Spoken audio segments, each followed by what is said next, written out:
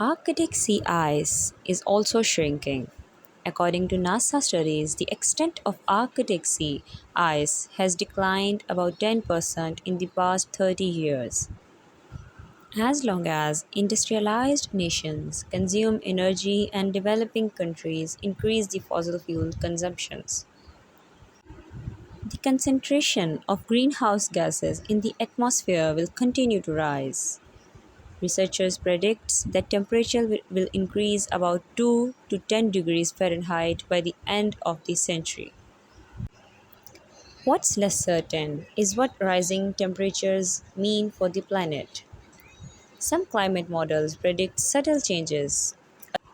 Other forecast rising sea levels, which could flood coastal areas around the world. Weather patterns could change, making hurricanes more frequent, severe droughts could become more common in warm areas,